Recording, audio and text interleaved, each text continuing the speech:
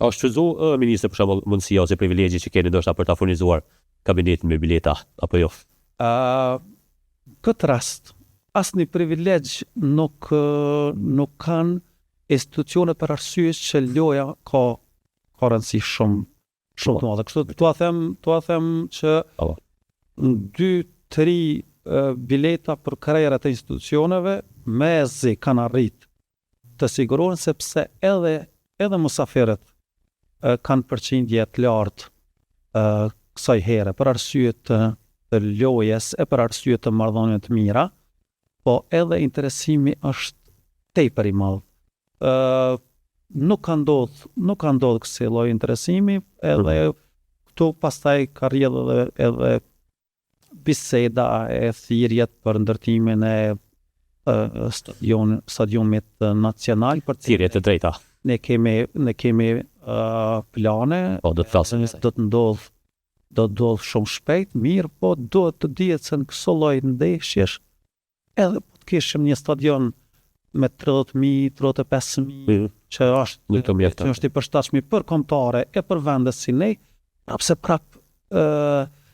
interesimi do të ishte ky e mungesa do të ishte po kjo, sepse dikon sa e dim ka pas dikon të 300.000 kërkesa për bileta. Margata jonë normalisht që është pjesë e gjithë që ka ndodhur në vendin tonë, e gjithë suksesit tonë, e gjithë punës, shumë prej lojtarëve shumica absolute i përkasin Margatës, prandaj ata kanë interesim të madh e udhtojnë posaçërisht për këto lojë në këso eventesh edhe qytetarët që nuk normalisht zakonisht nuk janë ku me di çfarë futboll dashësish e të interesuar për lojë, edhe ata kanë dëshirë të marrin pjesë sepse është ngjarje jo vetëm me futboll, por ngjarje e Kosovës. Ministri kur është skuadrën, nëse mund të flasim pak sa i përket skuadrës që po luan.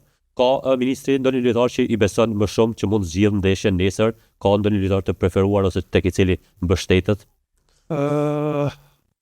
Shumica e lojtarëve, por mos të them gjithë janë lojtarë cilëve unë ju besoj. Mirë, po se cili luan në atë pjesën, në atë hisën e vetë të lojas, se cili prej tyre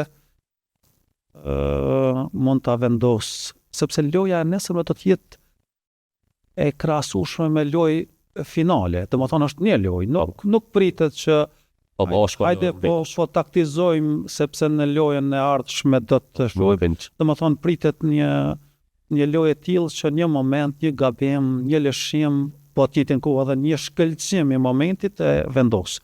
Unë nuk do të veçoja mirë, po ne kemi shumë lojtarë që mund ta vendosin nesër ndeshjen.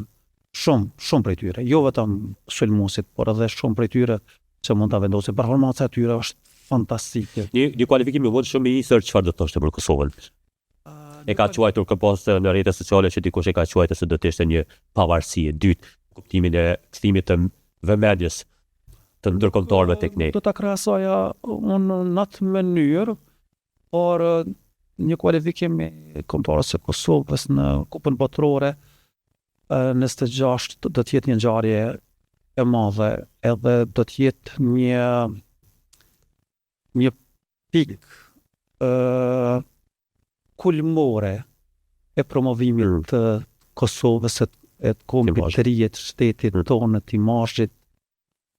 Nuk ka një mënyrë tjetër në këto kushte më të mirë të promovimit të Kosovës e të imazhit të saj, të popullit të saj, të energjisë së qytetarëve të saj, të vlerave të saj, të kulturës të saj. Nuk ka një mënyrë. Nuk do të imagjinonim edhe po të hapnim një dyzinë ambasadash vetëm në vitin 2026 që do të arrinin të promovonin Kosovën në të mënyrë sikur do ta promovonim, edhe shpresojmë që do ta promovojmë me Kupën Botërore. Kupa Botërore është një event ku detyron shumicën absolute të banorëve të këtij globi të kenë syt ose nga futbollistët në stadiume, ose në ekranën e shyshe, ose spaku në ekranet e tyre në në shtëpi.